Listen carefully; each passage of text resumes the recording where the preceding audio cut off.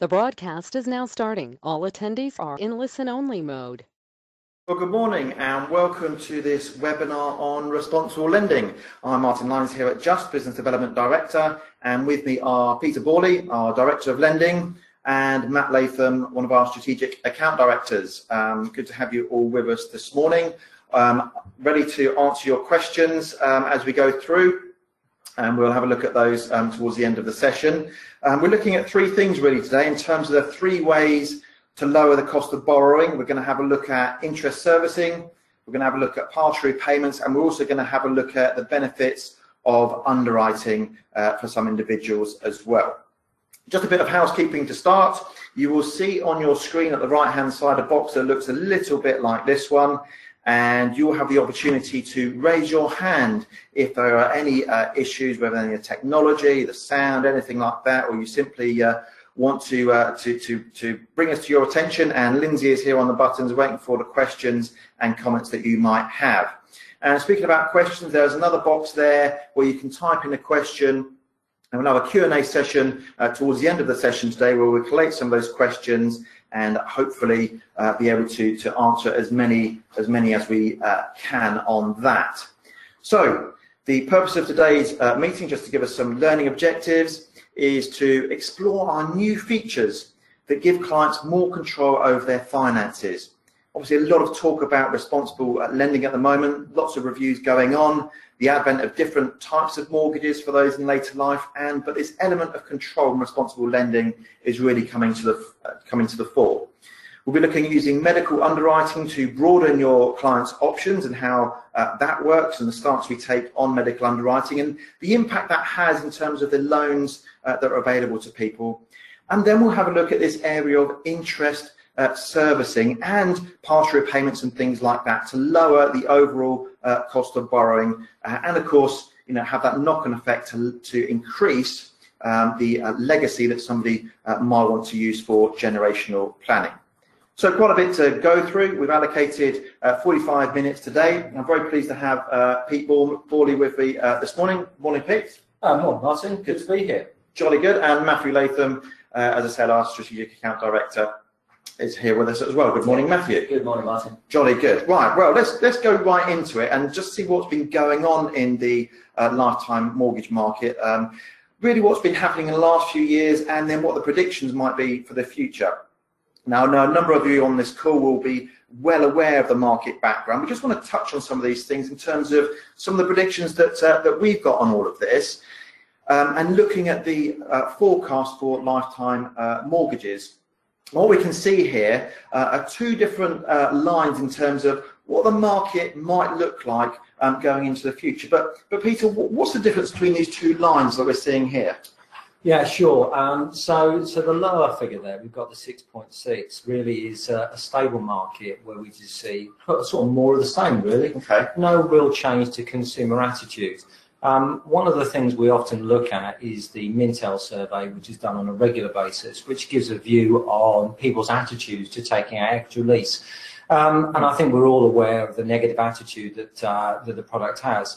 And if we continue with that, and it's really only those people who want it to take the product, we'll see the 6.6. Okay. The 10 is where we're seeing a distinct change in consumer attitude to the product. And that's exactly what we are starting to see. So we're more hopeful that we will see that £10 billion market come 2021, because we are starting to see people's attitudes to the product changing, and then seeing it being something not just a product of last resort, but something that can really fill that lifestyle gap. Yeah, I think that's right. We do a lot of work on behavioural bias and people's attitudes to using different assets and things like that, and I think it is, it does appear to be changing. And of course, pension freedom's opening up. We'll perhaps get into when we go into this session here, and this holistic approach that people are having in terms of looking at all of their assets. As you say, not necessarily this being a last resort sort of thing.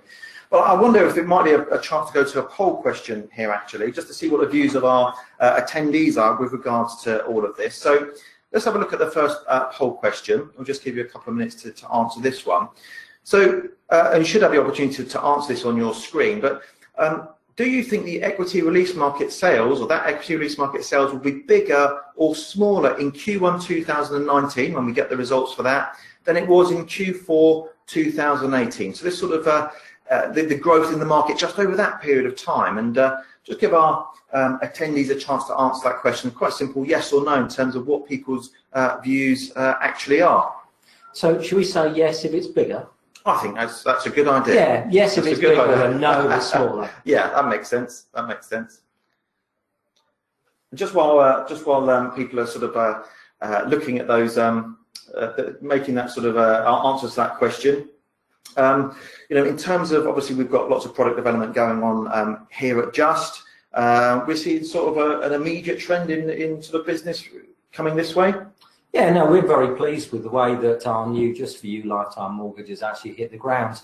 The feedback we've had on it is absolutely incredible. People love it, they love the branding, they love the flexibility it offers as well, right across the market.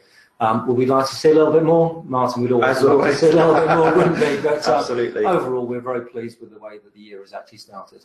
Great, okay. Well, let's have a look and see what our attendees think around this. And yeah, as you can see, the trend is already there. I think we are finding that, and sort of rhetorically talking to advisors as well around this area. They do seem to be showing that there is already sort of a marked increase in the purchase of lifetime mortgage type products. And it's not surprising, is it? We've mentioned things like pension freedoms just briefly there. We know that people are being given more flexibility in terms of how they use their various assets. So maybe there's an inevitability that, with a lot of people having their biggest asset as their home, it sort of needs to be brought into the equation. Would you agree? I think it's criminal that it isn't, to be honest with you. We've all seen what's happening in pensions generally in the marketplace, and people aren't saving enough for their retirement. Defined benefit pensions are falling away more rapidly now. And customers are sitting there with the biggest asset that they'll ever own in their entire life, and they aren't using it to give them the retirement that they would really want to have. Yeah. I just wonder sometimes if enough people are active and qualified in this area. When you look at advisors being able to give a holistic approach to these things, do we have enough people qualified for ER1 and those sorts of things to get involved really? I think the key point there is about holistic, to be honest with you, Martin. We have lots of people who are specialised on the income side, and we have many people that are specialised on the lending side. Yeah, it'd be great if we could have more people looking holistically right across the customer's balance sheet. But undoubtedly, even if you take in the specialist lending areas, we've got to have more advisors. Otherwise, we're just not going to be able to cope with the sort of growth we're talking about. 10 billion is a lot of lifetime mortgages to be sold. Yeah. Well, hold that thought, because whilst I know a lot of people on our webinar today are already very much involved in this market, they may have colleagues that are still going through that exam process, of course, and I will give you some dates towards the end of this webinar in terms of how we might be able to help with some training and things like that. But I think you mentioned earlier that the attitudes are changing. Research that we've done suggests that the people who are perhaps approaching retirement are to be more likely to consider this than some of those individuals that are already in retirement. Maybe they've got final salaries, maybe they've already sorted what their requirements are. But those people coming into this space, far more likely to look at LTM. I was actually quite shocked when I saw this research. Actually, this is a big piece of consumer research we did last year that looks at people's attitudes either before they retired or when they were in retirement. And it really was, it would double the percentage of customers would consider extra release before retirement than after retirement. Wow. So clearly that indicates to me that people's attitudes to use of their home equity is undoubtedly changing. Yeah. So we're expecting that start to flow through. Okay, and again, the FCA seem to be in agreement. They're sort of making a bit of a prediction there and about the high demand for products to tap into housing wealth, and again, citing the aging younger generations who may have lower pensions holdings. So I think things like auto enrolment, these sort of things obviously help, but nevertheless, this asset is something that clearly needs to be considered, and maybe some of those views that we've had in the past, are starting to ebb away as people start to look at this as an asset type rather than just a home. Yeah, you're right there, Martin. I mean, auto enrolment is great for those younger customers who have got the benefits of 20, 30 years worth of employment ahead of them. But for those people who are literally just starting to save for their retirement, they're just not going to have those pension pots that are needed to fulfill their ambitions. And I think there are lots of reasons, of course, why people might go into a lifetime mortgage, and maybe some of these, actually, as we already mentioned, might not necessarily be the key reasons in terms of the sort of asset of last resort, I suppose. But clearly, you will have those individuals that are looking to pay off debt, those sorts of things. But then I think there is that more aspirational side of things where people have maybe met their base objectives, but have got some of the nicer things in life that they want to look at. And then, of course, that intergenerational part as well, deposits for children, education fees, and so forth.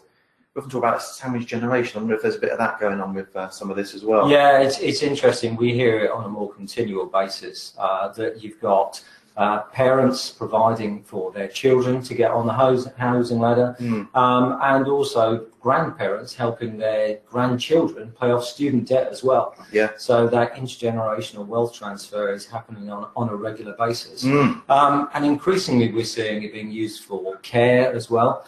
People want to pay for care in the home as well. I think they'd rather spend their latter years in the place that they've grown up with rather than move into a care home. And this is clearly a great way of paying for that as well. I mean, you make some good points there. It is, whilst it is an asset, it is also a home. And whilst people might be more erring towards looking at it in a holistic way in terms of an asset, it's all those old arguments of every room's got a memory.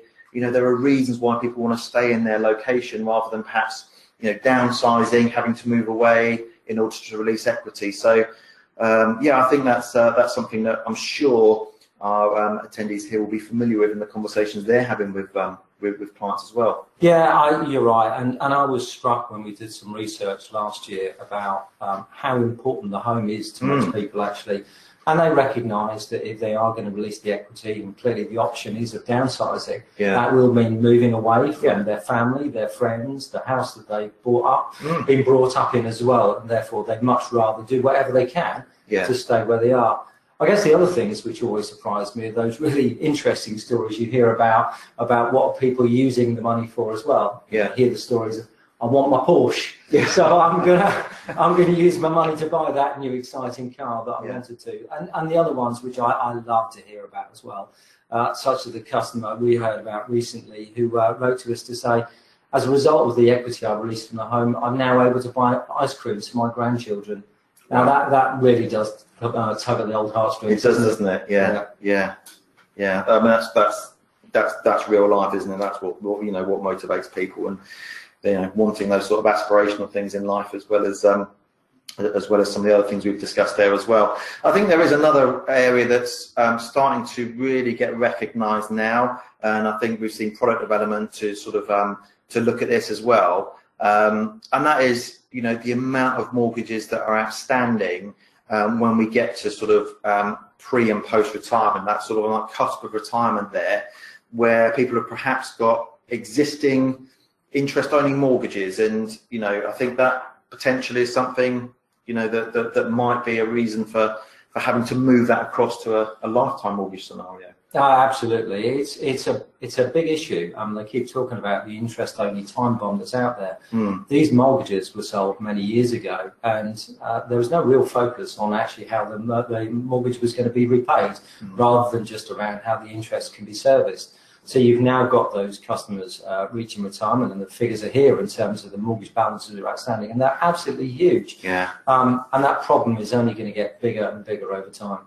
And we think there might be some peaks in all of this. I know we've put together, and we looked at this slide a little bit earlier on when we were chatting around today and looking at some of these peaks that are involved here. And there do seem to be some peaks of 2032. I mean, what's the reasons for why we think, or why the predictions on this Experian graph, why are they suggesting that 2032, for example, would be a peak? Yeah, well, it's interesting, is it, when you've been in financial services, as long as some of us have, we can look back to when these mortgages were actually sold first time round. So many of us can remember when they were sold alongside endowments. So clearly the interest-only mortgage is still there. Yeah. That's now coming up for treatment as well. But the last one, and it's interesting, if the FCA had not intervened, I think that graph would have continued going up, actually. Okay. So really what you're seeing there is coming to the end of the continual sale of interest-only mortgages as a result of MMR and the new affordability rules coming in. So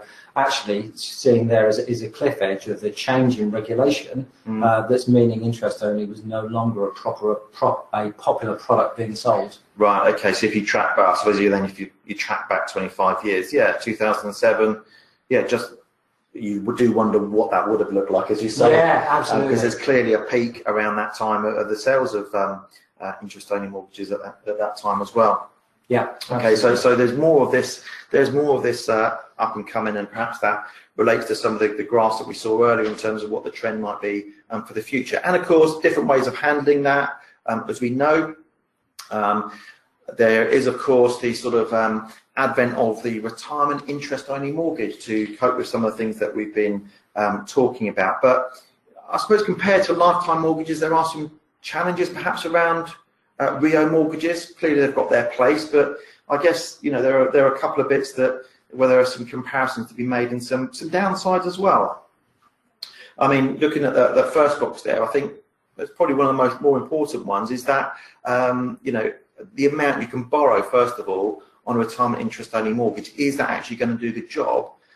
Bearing in mind, of course, I mean, presumably you have to prove affordability, and if you're retired, is that something that starts to become a challenge? I think this is probably one of the biggest challenges when it comes down to a retirement interest-only mortgage. Let's not forget, at the end of the day, that the customer is going to have to keep up those interest payments. And I say have to, there's no option here on a RIO, right until the day that they die. And therefore, it's the onus is on the lender to make sure that they go through those stringent affordability checks to make sure that the customer can not only prove, but in all situations, death of a spouse, going into care, etc., they can continue to make those payments. And that's probably why in the second half of the date, all throughout 2018, only 112 were actually sold. Right, okay. And presumably in terms of things like interest rates and things like that, it will depend on each individual lender, whether that's fixed, variable, whether it's going to change over a period of time. Yeah, absolutely. And most of them tend to do the typical 2-5 year fixed, maybe some of them up to 10-year fixed, and then you've got the variable rate, whatever that might be. You've got then the requirements for stress testing around interest rates and clearly the affordability that go with that as well. So a big unknown for customers out there. They're going to be taking on a retirement interest-only mortgage over and above a lifetime mortgage, where clearly the interest serving is an optional requirement, not a mandatory requirement. Yeah, so no proof of income there. But of course, as we'll go on to see, people can choose to contribute to make monthly payments as well. So they've got the choice there, I suppose, of making monthly payments or not on a lifetime mortgage, as we'll come on to see as well. And I think one of the things on the round of proof of income, I'm hearing rhetorically this sort of chat around the difference between, where's that income actually coming from? Is it something that's guaranteed, or is it something that's more of an investment based? Yeah. And do we see that starting to come through and questions being asked? Many times, and you won't be surprised to hear that lenders are probably taking a more prudent approach when it comes down to investment income. So they need to make sure that it doesn't matter whether the stock market's up at 7,000 or down at 5,000. That person has still got to be able to afford that retirement. So they are looking at the amount of money that's invested and maybe taking a more prudent approach to make sure that the customer can borrow that money. Excellent. Well, I guess you'd expect me to say guaranteed income for life. It's where it's at, folks. Anyway, if you're going down that route. And of course, we'll come on to some of these points as we go through in terms of no negative equity guarantee. Clearly, the safeguards that are being put in place now, compared with, the potential shortfall and the impact that might have on a RIO. But again, each of these will obviously have their place. But when it comes to the lifetime mortgages, I guess there are some questions to ask in terms of, looking down the right-hand side there, what are the most important features of a lifetime mortgage? Or should we say, what is, if you like, the most important feature of a lifetime mortgage? So perhaps we can go to our second poll question on this, just to have a look what people think, one of the most important attribute of a lifetime mortgage actually is. So if you're looking at this in terms of the biggest priority, it might depend on clients, but fixed early repayment charges is number one. A competitive interest rate is the second box there. Availability of the LTV that's needed. Interest servicing facility, given that flexibility around the cost of borrowing, and then property criteria, the underwriting process, I suppose, in terms of what lenders will lend on and things like that. So again, we'll just give that a few moments to go through, just to get the results of that. But it's just interesting to see what people's perception is in terms of what really interesting, Martin. When we put these slides together, I guess we forgot to put on this slide one of the most important and often forgotten features, which is that no negative equity guarantee. Yeah. The key difference between this and a RIO at the end of the day, the fact the customer, when they come to, unfortunately, when they leave this earth, that they don't actually have to leave a debt behind for their estate to actually have to settle. That just goes away as long as they meet their contractual obligations. So, absolutely, yeah. And as we'll see, you can even over and above a no negative equity guarantee, we've got ways and means where you can actually keep the advance the same as it was in the first instance by servicing interest and so forth. So, so some options around there as well. So let's have a look at the survey results just on that one in terms of people's thoughts on that. Interest rates and LTV clearly very high, but actually, when you look at the amount of interest servicing that's being used currently, actually 18% is quite a bit of interest in that particular area as well. So we'll have a look and maybe we can. And I don't want to steal our thunder, but that sort of marries up with the sort of experience we're getting at the moment. Okay. So great to see that we're actually getting that percentage of people who are saying it is an important feature as well. So yeah, okay.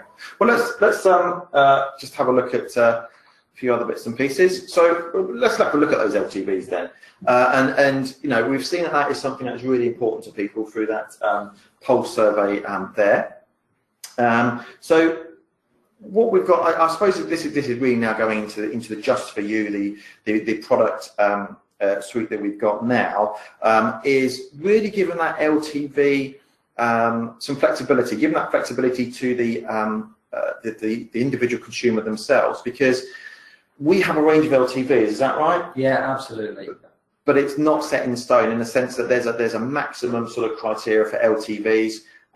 But it's up to the client, obviously with advice, to choose the appropriate amount that's available to them, and obviously have some options alongside that as well.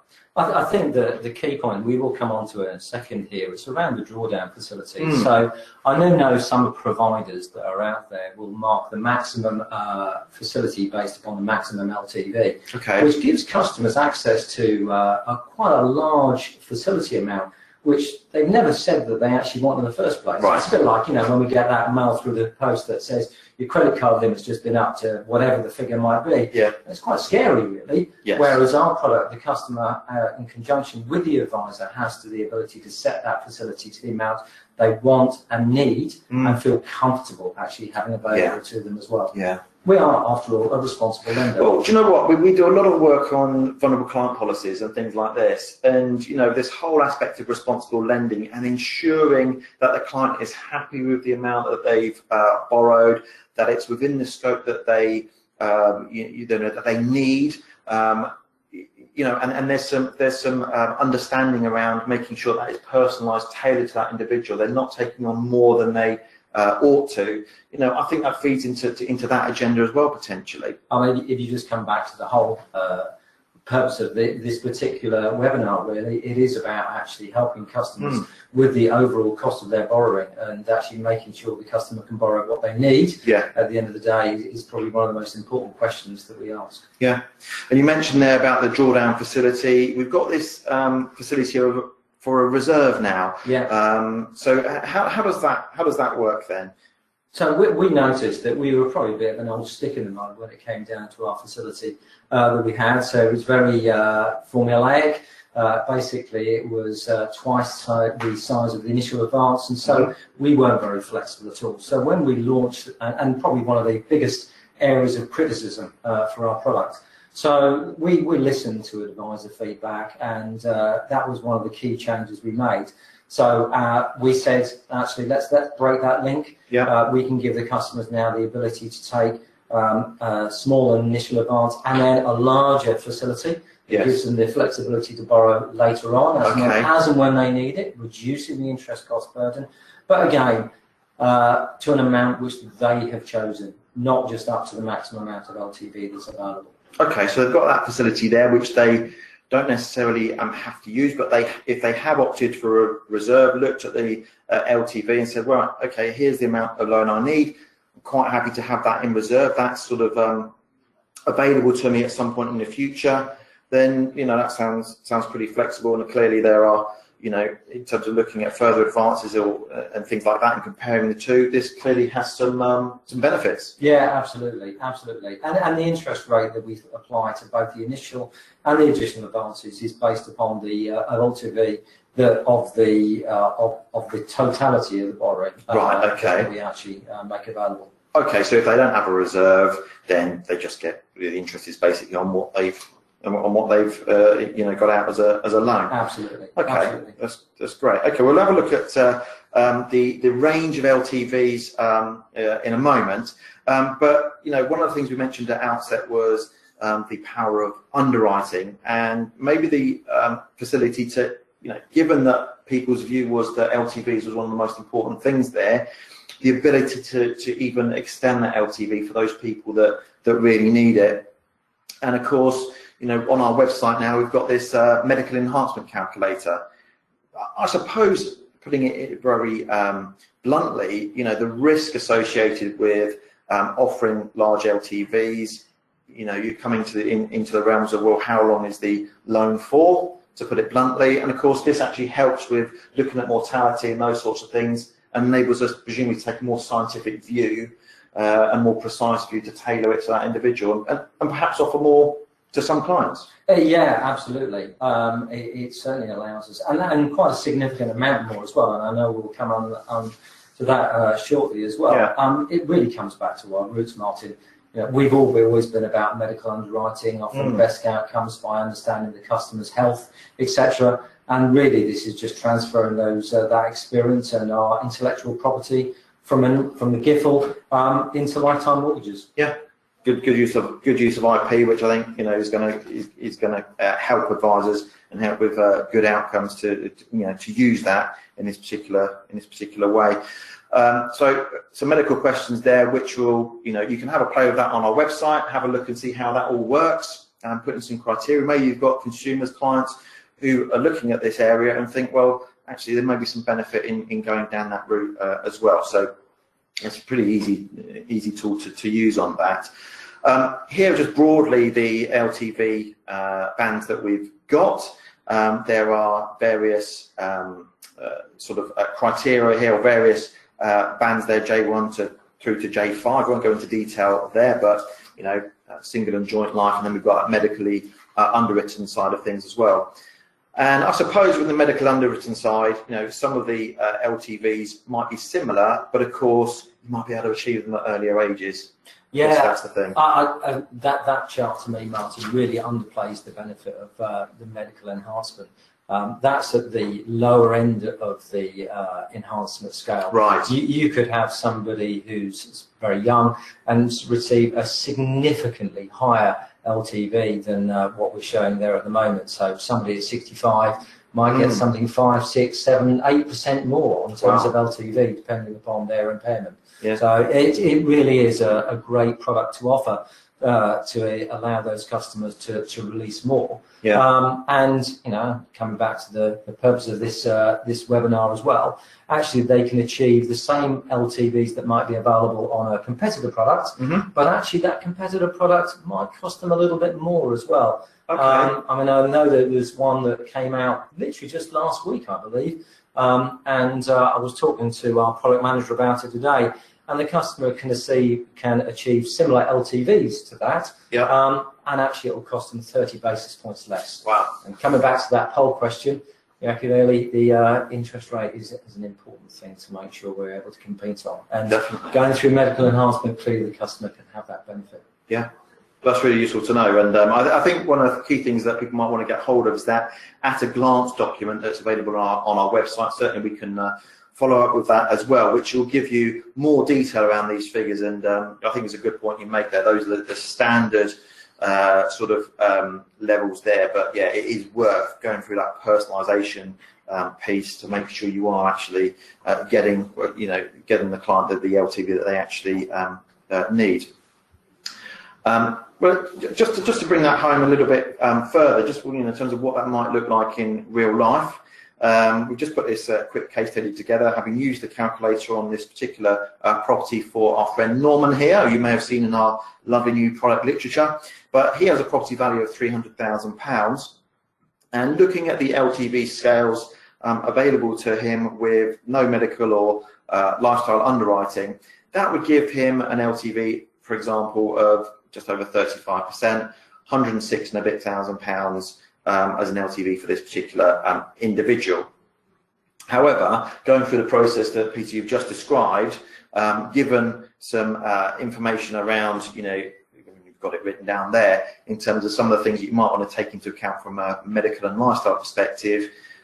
There you can see the sorts of increases that individual could get as a 65-year-old, and clearly, with older lives, the tendency is to perhaps even be able to secure even more than that. So, not a big percentage difference, but when you look at it in the context of almost £10,000, that could make all the difference to that individual. £10 is a lot of money. You can buy a lot of ice cream. You certainly can. You certainly can. Okay, so do have a look at that on our website, the underwriting tool there, to see what you can do for your own clients. You may already have people in mind that might impact on. And we mentioned earlier this benefit of servicing interest as well. So we've looked at the LTVs available, we've looked at underwriting, we looked at RIOs as well, and we mentioned servicing interest in the context of that as well. But this new development that we've got now in terms of servicing interest, really that's a cost-effective way of borrowing in later life, borrowing what you need in later life, but actually managing that debt as well. And again, it's all about responsible lending and giving options to that client to reduce the cost of the overall mortgage. And we've got some examples coming along with that in a moment as well. Importantly, interest can be paid by a third party. So whilst the client is the client, in terms of the person that is borrowing the money for whatever purpose, and we've been through some of those things already, as long as that payment is coming from their bank account, then a third party can pay that. But Peter, why would that be? What sort of circumstances would that apply to, though? Yeah, well, we talked earlier about the intergenerational transfer of wealth and grandparents, parents using money to pass on to their children so that they can get onto the housing ladder or even to pay off student debt. Yeah. And those children and those grandchildren are sometimes reluctant to do that because they can see the benefit of the roll or the disbenefit of the roll-up of interest on the estate, and they don't really want to pass that burden on to their parents. And I guess ultimately they see an impact on their own inheritance as well. Yeah. And so they want to get the benefit, they want to get access to that capital, but they want to help their parents out. So those are the sorts of reasons we might actually see that those third parties helping the parents or grandparents actually service the debt. Yeah, I think we've got a couple of bullet points here that kind of summarise that into some degree. Some of those latter points there avoids or reduces the erosion of equity, maybe to keep that loan level, I suppose, at the extreme of paying off all of the interest. Yeah. And you've got, as you say, that intergenerational wealth piece as well. Is that sort of an area that's been one of the key sort of objections to LTM in the first instance? I was quite startled actually. We've done some research which we'll be making more publicly available over the next week or so around people's attitudes to property wealth. And it's an index we're going to be doing on a regular basis. Okay. And one of the questions we asked there was about people's attitudes to leaving an inheritance. Right. And one of the statistics that came out for people of the later generation is that over 80% of them want to leave an inheritance of some sort. So you can imagine, therefore, they've got this great desire. Oh, and by the way, the one thing I didn't mention, Martin, the amount they want to leave is over £200,000 on average as well. So they've got this great ambition to pass this wealth on to their children, to their grandchildren. And you can see, therefore, why there might be reluctance to take out extra lease. But clearly, interest servicing allows them to take that money up front and ensure they've also got that equity available at the end of their life as well. Right. So yeah, I mean, it really just plays into that. Certainly, you've got no negative equity guarantee, but actually, you know, increasing the value you can pass on is obviously going to be a key reason for using this.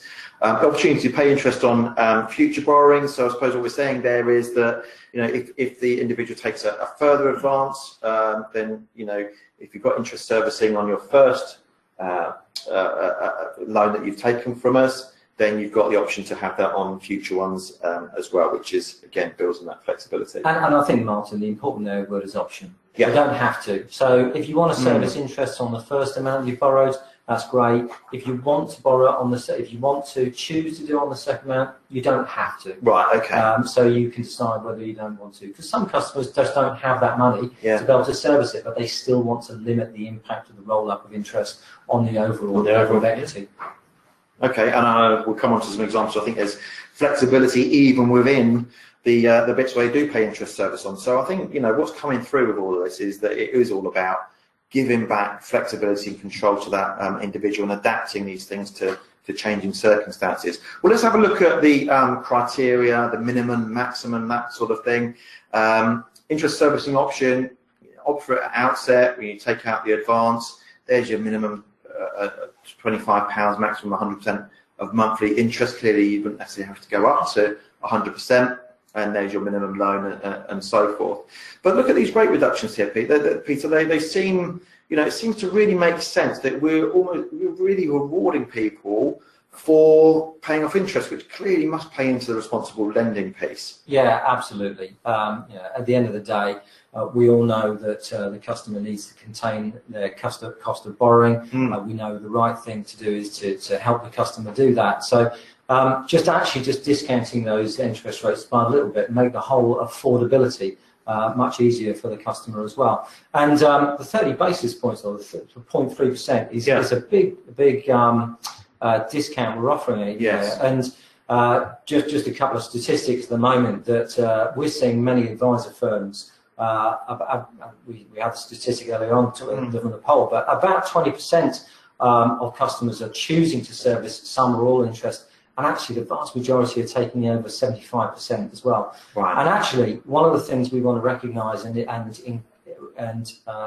allow those customers to benefit more. So that 30 basis points there, the 0.3%, we're going to increase. We're going to take that up even higher, actually. Okay. So we're going to increase that over the next few days or so to 0.4%. So the customer is going to have the interest is going to be even more affordable for the customer. And the customer is going to benefit even more from servicing that interest as well. Fantastic. So developments all the while on this sort of things, we sort of encourage that responsible lending piece. Actually, we mentioned earlier, we've got Matt Latham here. Some of you will know, one of our strategic specialist account directors. Yep. And I think you've got some figures that you worked through on this, Matt, around, you know, what it might look like in terms of the impact on the borrowing. Do you want to just take us through a couple of these examples that you put together? Yeah, absolutely, Martin. I think it's quite important really to highlight the actual benefits as well. It's all so fair enough talking about it here, but what does the consumer see and how does the consumer experience the real benefits of servicing their interest? And I think, as Peter already mentioned, the rewarding appropriate consumer behaviour. Yeah. We know through research that clients like to have the ability of making payments or repayments onto any debts or loans that they have. This really, I suppose, the interest servicing element here really gives them the discipline of ensuring that it happens on a monthly basis. But I mean, if you see on this slide, you see an example here where we're comparing paying off 100% of the interest on a monthly basis compared with not paying off anything at all. And the first thing I want to highlight here is the interest per annum. So this is really where the benefits of that rate reduction kick in. Okay. So on 100% servicing, the interest per annum is 2,023 versus 2,152 when you're not servicing. So you can actually see a tangible benefit already of nearly £130 per year. Now that might not seem a lot, but over a period of 20 years, over the term of this specific example, you're looking at a total cost borrowing of 83 or just over 83,000 if you're servicing all the interest, compared with 116,000 if you're not servicing any of the interest. So that's a saving of over £33,000, Yeah. which is a significant proportion of that overall cost of borrowing. And actually, and as been mentioned a couple of times already, what you're really doing as well as that is you're really protecting the equity left for future generations as well, Yes. which we know is really, really valued. But that said, servicing 100% of the interest might not be something that is part of your ability. You might not be able to afford so.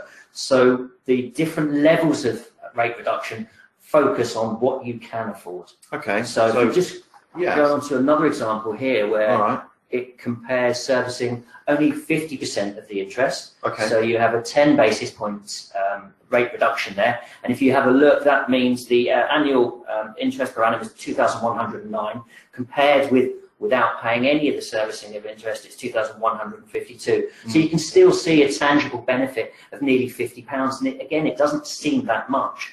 But if you compare the outstanding mortgage balance on year 20 Yeah. and the total overall cost of borrowing for servicing at just under 100,000, then you're actually saving nearly £17,000 on the overall cost of borrowing, which again is a significant amount in this example.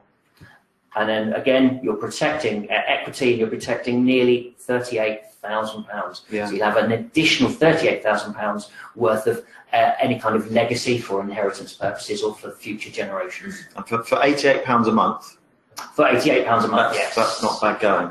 It's not bad going, and of course we will allow the rate reduction does kick in at the minimum of £25. So if there's only £25 surplus income, Yeah. then actually why not? There's not many areas of financial services, in fact there's none that I can think of, where repaying or managing debt isn't one of the priorities for someone who has surplus income. Yeah.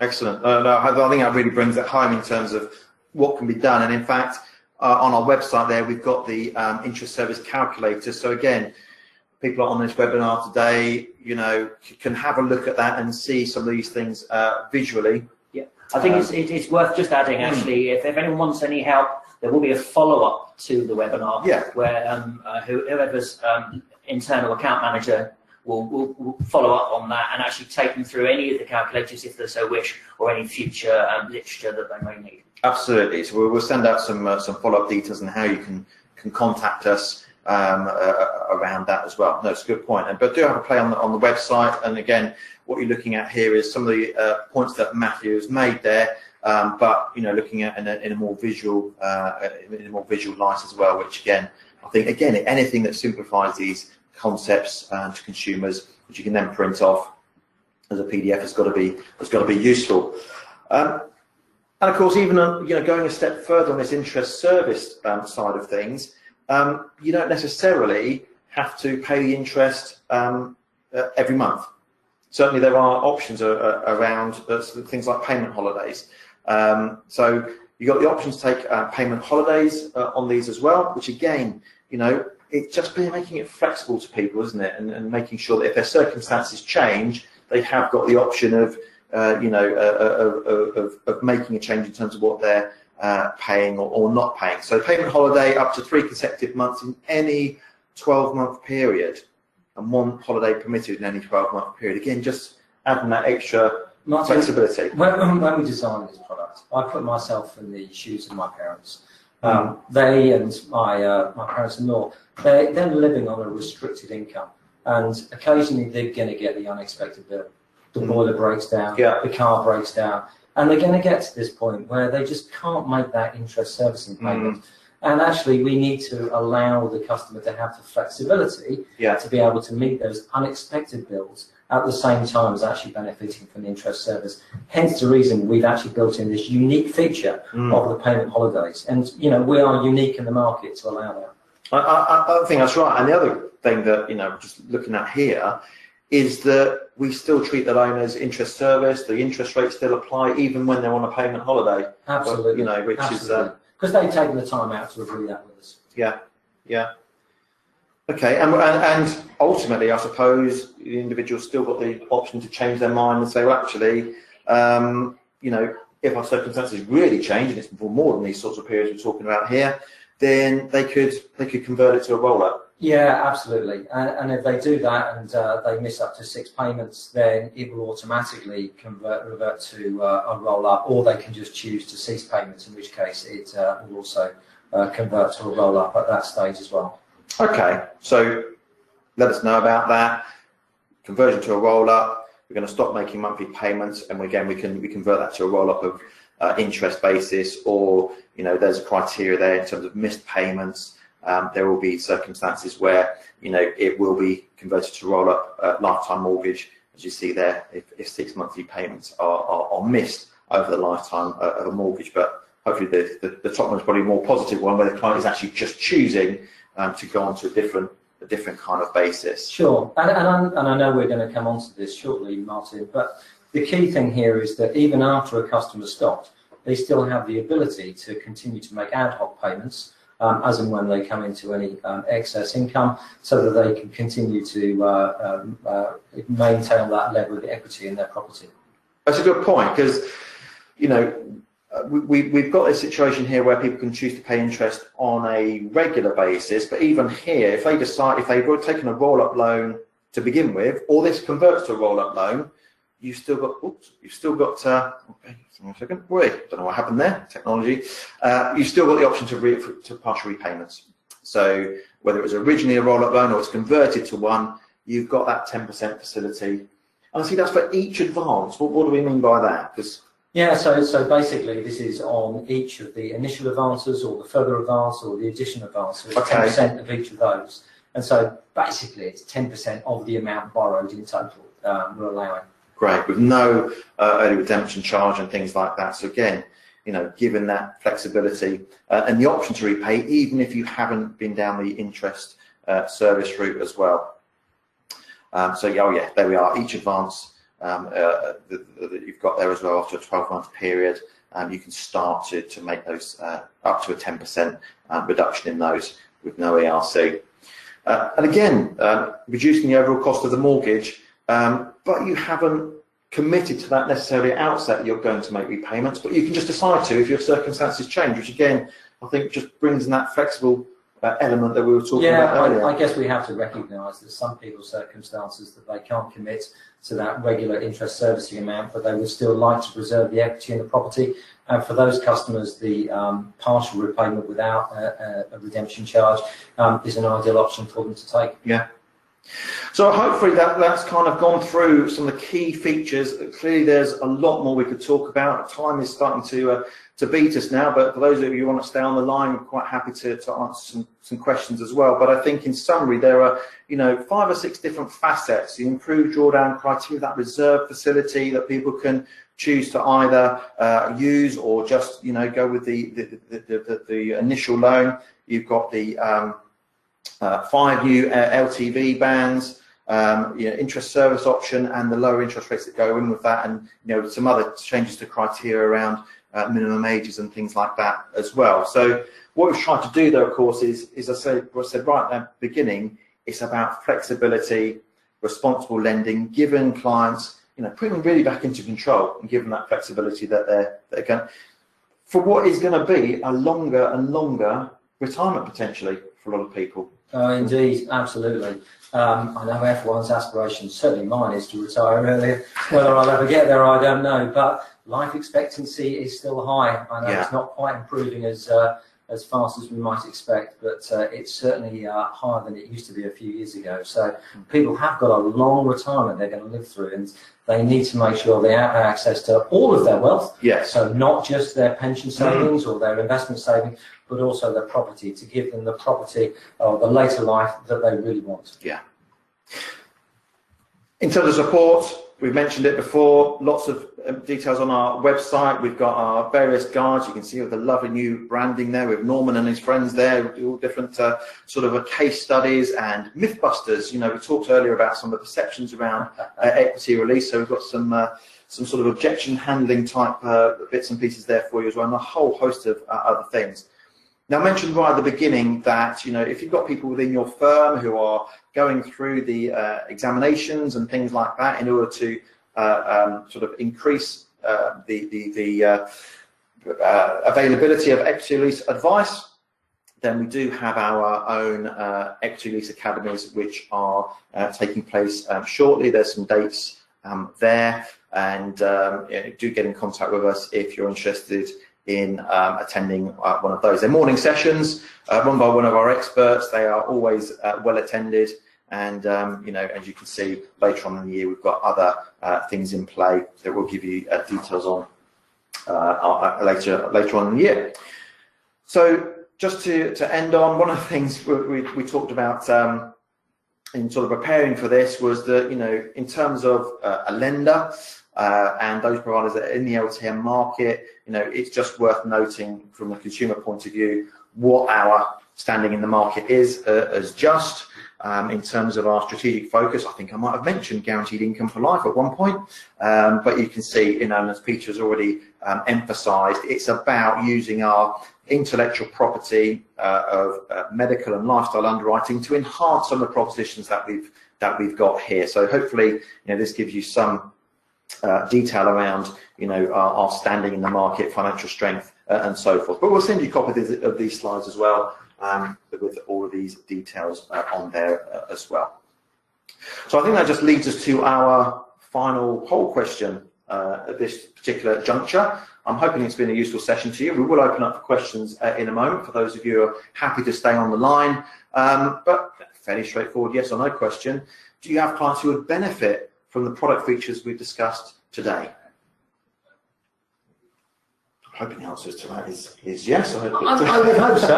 I hope so. We don't just develop these products in isolation, so we do speak to customers and advisors as well. So, and I guess presumably, Peter, there's other areas of further development that we'll be looking at as well. Yeah, absolutely. I think with the Just For You lifetime mortgage, we've got a pretty sound lifetime mortgage there, which meets the vast majority of customer needs. There's a few tweaks we can add, a few other features, but the area for our focus over the next 12 months is going to be our e-commerce, our online capability. We hold offering great service very dear to our hearts here at Just. We always have, ever since we set the business up back in 2004. But we recognise that, particularly in the lifetime mortgage arena, we probably lag behind the competition when it comes down to offering e-commerce, online capability for those customers who want to use it. So it's an area of focus for us over the rest of this year and going into 2020, 21, etc., as we seek to actually give online capability to those advisors who want to use it. But let's be clear, that's in addition to the fact we'll continue to be there on the phone. We'll still be there for those customers who want to interact with us in different ways as well. We're not one of these firms who force people to go things online. We want to provide that great service, be it face-to-face, over the phone, or through online, whichever way they want to deal with us. And I think with the flexibility that you've described in this webinar as well, and that, the piece around, people having longer and longer retirements, sometimes they just want to talk to somebody and not necessarily always be online, but certainly, developments over those initial stages of application and so forth, we'll look out for coming down the track. Well, let's have a look at our poll result. It was worthwhile after all. So thanks for the answers on that, folks. We will be following up whether your answer was yes or no to that. We will still, would like to get in contact with you and see what else we can do on all of those as well. So that kind of brings to a close the formal part of our session today. I know we're slightly over time, but if people are prepared to stay online, we'll just have a quick look at any additional questions. There's one or two around, what's on the horizon, but I think you've answered that. There's a few comments coming on here. So let's have a look. Should we not have a higher qualification for those who wish to specialise in this area in later life, such as Solar? Thoughts on that, Matthew? Well, I think anything really that helps improve the quality of advice. I think as far as later life lending, I think ER1 probably does tick the box, but there are very complicated examples of later life lending that may need some additional qualifications. But I wouldn't have thought it was a broad brush increase to qualifications that we need right now. But That said, there are some very, very complicated areas that may well need some additional help. Solar is a great example of the sort of levels that you can go to as far as qualifications anyway, or to prove your expertise in any subject. Yes, absolutely. Let's just have a look at some of these questions. There are a few themes coming through. Well, glad to see somebody just asked about electronic applications instead of old hat paper. Yeah, we're definitely dragging ourselves into the 21st century. You'll be seeing them come this way. And we'll be interacting with our advisors in the way that they want to deal with us as well. So the great thing, I guess, I suppose, in terms of lagging the market a bit in this area, we can see what's worked from other providers and what hasn't. And therefore, we're hoping that the e-commerce solution that we deliver is better than you're seeing out there at the moment. Okay. What about, we've got a question here about applications. You know, is there a difference in terms of eligibility for a roll-up loan or interest service, things like adverse credit, things like this? That's an interesting point, actually. We will try and not to hold that against the customers. Our current policy, as it stands at the moment, does allow for some unsatisfying CCJs of a minimum level. Yes. We'll probably look at each on its own merits, to be honest with you. There are certain circumstances where the customer has had that adverse credit history and it was completely outside their control. So, you know, why should we penalise for customers in that particular situation? Yeah, I think it's wise just to point. We'll take a view on circumstances like that, and I think it's the right thing. Each circumstance is different, and we'll take it on its own merit. But we certainly won't withhold the ability for someone to come onto one of our mortgages if they had some form of adverse credit. Okay, right. Okay, thanks very much for those answers. Again, there's a few different themes coming through. What about on the interest service one? Can you change the levels of interest servicing? No, I mean, one of the reasons we're able to offer the discounts we are is that because we've sort of got that, and it's not forced commitment, but it is an intention of the customer to service interest for a period of time. It actually benefits us as a provider as well as the customers as well, and therefore we will continue to. We only offer that interest discount during the period of the interest servicing when it really hits the customer. To be honest with you, when they're actually having to afford that interest. Okay, and again, you've still got the option of other partial repayments and things like that if circumstances change as well. Bit of a question here on how we show. I mean, Matthew, you went for a really good example there in terms of the impact of interest servicing and just how that's shown on illustrations. Yeah, if any of the interest servicing is chosen at outset, then it is reflected on the key features. The illustration itself will document the benefit of that in interest servicing as well. So, to that question, the answer is yes. It will all be there for the client to see and understand. Great. Okay, and of course the tools are online as well, isn't it, for looking at those sorts of things in a visual way. Okay, look, interesting to see there's quite a bit of interest in the ER Academy, so we'll get some details out to people on that. Just conscious of time, so I think what we're going to do now is we'll take any questions that we've not been able to answer in this session and get back to folk on those. Sorry if we didn't get to your question, but just in the interest of time, I know some people are we're over time today, so just for you to respect people's time and other bits and pieces. Thank you very much for your attendance today. We will be putting this online as well over the next week or so to get that all up and running for you, should you wish to have the pleasure of viewing it all over again. And thank you, Peter. No, thank you, Martin. Very enjoyable. Good to have you here. And Matt, thanks for coming along and sharing some of those examples and experiences as well. Thank you for listening in today. I hope it's been a benefit to you. And don't forget, if you need any further information, just get in contact with your normal point of contact here at Just. Thanks very much and enjoy the rest of your day.